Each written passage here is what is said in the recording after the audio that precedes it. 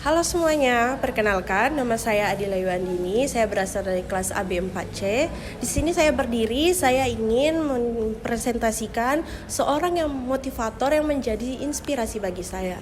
Sebelum saya masuk kepada siapa motivator saya, sebelumnya saya ingin memberikan sedikit penjelasan mengenai apa itu motivator atau public speaker.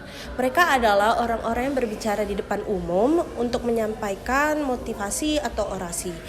Kemudian motivator siapa yang saya pilih? Saya memilih seorang Mario Teguh. Kenapa Mario Teguh? Sebelum kita masuk kenapa, mari saya memberikan penjelasan sedikit mengenai biografi beliau. Beliau adalah seorang motivator atau seorang pembicara publik dengan nama asli Dr. Randus Mariono Teguh MBA atau yang biasa kita panggil Mario Teguh. Beliau ini memulai karirnya dari menjadi seorang presenter dalam acara bisnis di sebuah televisi dan kemudian menarik banyak perhatian produser lain yang membuat namanya semakin banyak dikenal. Kemudian pada tahun 2006 beliau ini memutuskan untuk membuat acara TV-nya sendiri. Lalu, kenapa saya memilih Mario Teguh? Karena kata-kata motivasi beliau yang berhasil mengubah pemikiran saya. Kata-kata motivasi beliau yang berhasil merubah saya adalah rencana Tuhan tidak pernah berakhir dengan buruk dan selalu berakhir baik. Jika hal tersebut belum baik, maka hal tersebut berarti belum berakhir. Di sini beliau dapat mengubah pemikiran saya mengenai semua permasalahan yang terjadi di dalam hidup saya.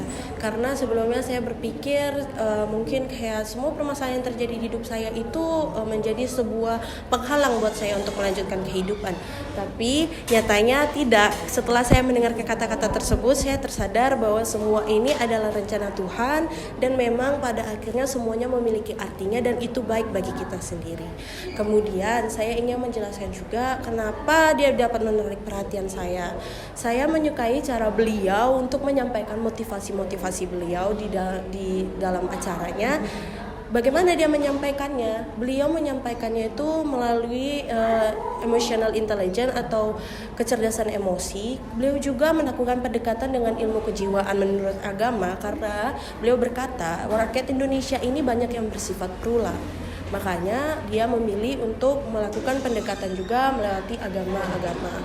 Karena rakyat Indonesia lebih mau mendengar sebuah keagamaan daripada peraturan-peraturan yang ada pada umumnya. Kemudian cara beliau menyampaikan ini juga menarik banyak perhatian orang karena beliau ini saat menyampaikan motivasinya itu sangatlah beribawa. Beribawanya itu dia tidak tergesa-gesa, dia tidak melakukan banyak pergerakan tubuh, dia tidak terburu-buru membicarakannya, dia juga melakukannya secara profesional karena dia berharap semua orang tuh bisa mengerti apa yang dia katakan dan dapat merasakan apa yang dia rasakan dari kata-kata tersebut. Kemudian beliau juga menggunakan suara yang sangat dalam yang membuat pendengarnya itu seperti merasa wah, ini memiliki arti yang sangat dalam dari kata-kata beliau ini. Beliau ini juga mengatakan bahwa beribawa adalah jiwa yang tenang. Jadi beliau memilih untuk menggunakan kejiwaannya yang tenang dalam menyampaikan motivasinya. Dan dia bilang bahwa beribawa itu sangat penting untuk menjadi kesuksesan di dalam suatu halnya. Sekian dari presentasi saya. Saya mohon maaf jika ada kekurangan. Terima kasih.